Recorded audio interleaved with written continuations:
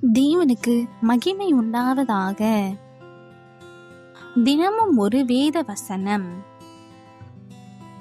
எசேக்கியேல் 36 அதிகாரம் 11 வசனம். உங்கள் முந்தின சீரை பார்க்கிலும் உங்களுக்கு நற்சீர் உண்டாகச் செய்வேன், அதனால் நான் கர்த்தர் என்று அறிந்து கொள்வீர்கள். கிறிஸ்துவுக்குள் பிரியமானவர்களே, சில நேரங்களில் குடும்ப வாழ்க்கையிலும் சரி, வேலை ஸ்தலங்களிலும் சரி, வியாபாரத்திலும் சரி, ஆரம்பம் மிகவும் நன்றாய் இருக்கிற வேளையிலே நாம் மிகுந்த சந்தோஷம் அடைகிறோம். ஆனால் திடீரென்று அதில் ஒரு சிறு திருப்பம் அல்லது குறைவு வரும்பொழுது மிகவும் சோர்ந்து போகிறோம். இப்படியே கீழாக போய்விடுவேனோ, எனக்கு வேலையில் உயர்வே கிடைக்காதோ, என் வியாபாரம் செழிப்பே அடையாதோ, குடும்ப வாழ்க்கையில் குறைவுகள் மேலே மேலே பெருகிவிடுமோ என்றெல்லாம் கலங்கி துயரமடைகிறோம். ஆனால் ஆண்டவருடைய இந்த வாக்கு தத்தத்தை, இந்த வசனத்தின்படி நாம் பற்றி பிடித்து கொள்ளும் போது, கர்த்தர் மேல் நம் பாரத்தை முழுவதுமாய் வைத்து அவரில் சார்ந்து கொள்ளும் போது அவர் நிச்சயம் நம்மை நழுவ விடமாட்டார்.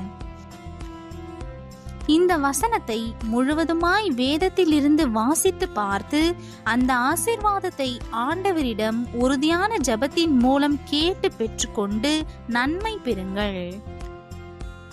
ஒரு குடும்பத்தின் தலைவன் அலுவலகத்தில் எந்த வேலை கொடுத்தாலும் பொறுமையாக செய்து முடிப்பார். உண்மையும் உத்தமமுமே அவருடைய வாழ்க்கையின் நோக்கமாக இருந்தது.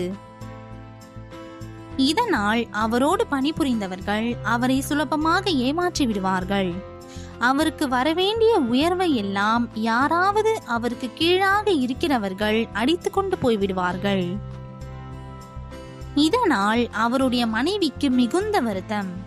உங்களுடைய உண்மையும் பக்தியும் நம்முடைய வாழ்வை மற்றவர்களுக்கு முன்னதாக சிரிக்கும்படி செய்துவிட்டதே, உங்களுக்கு இதை பற்றி கவலை இல்லையா என்று வசைமாறி பொழிந்தார்கள். அலுவலகத்திலும் இவரை ஏமாற்றிவிட்டோம் என்று வஞ்சகர்கள் ஏளனம் செய்வார்கள். ஆனால் அவரோ கர்த்தருக்கு பயப்படுகிற பயத்தோடு தன்னுடைய உறுதியான வாழ்வில் கொஞ்சம் கூட இறங்காமல் பயபக்தியோடு நடந்து வந்தார். புதியதாக ஒரு மேலாளர் அவருடைய அலுவலகத்திற்கு மாற்றுதலாகி வந்து சேர்ந்தார். இவருடைய கணக்குகளை எல்லாம் படித்து அறிந்து கொண்ட அவர், இவருக்கு எவ்வளவு அநீதி செய்யப்பட்டிருக்கிறது என்பதை அறிந்தவராய், அவருடைய உண்மையையும் உத்தமத்தையும் கவனித்தவராய் ஒரு புதிய பதவியை அவருக்கென்று உருவாக்கி அவரது சம்பளத்தை ஏராளமாக உயர்த்தி அவரை கனப்படுத்தினார். ஆம், முந்தின சீரை பார்க்கிலும் இப்பொழுது தேவன் நற்சீர் உண்டாகும்படி அருள் புரிந்தார். அன்பானவர்களே, மக்கள் உங்களை ஏமாற்றலாம், வஞ்சிக்கலாம்.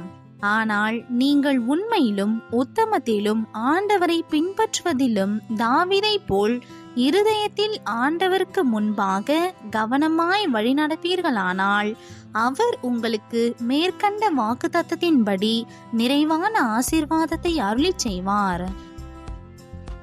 இன்றைய நாளுக்கான ஜெபம்.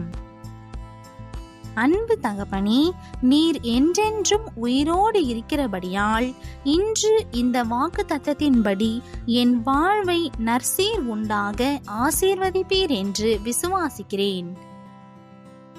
உம்முடைய வழி நடத்துதலுக்காக நன்றியோடு உம்மை ஸ்தோத்திரிக்கிறேன். இயேசுவின் நாமத்தில் பிதாவே, ஆமேன்.